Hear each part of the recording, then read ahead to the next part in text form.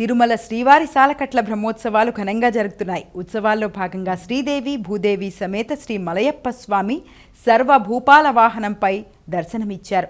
స్వామివారి వాహనం ముందు గజరాజులు నడుస్తుండగా భక్తజన బృందాలు భజనలు, కోలాటాలు, జియంగార్ల గోష్ఠితో స్వామివారిని కీర్తిస్తుండగా మంగళ వాయిద్యాల నడుమ స్వామివారి వాహన సేవ కోలాహలంగా జరిగింది. శ్రీ వెంకటేశ గోవింద, భక్తవత్సల గోవింద, భాగవత ప్రియ గోవింద, నిత్య నిర్మల గోవింద, నీలమేఘ శ్యామ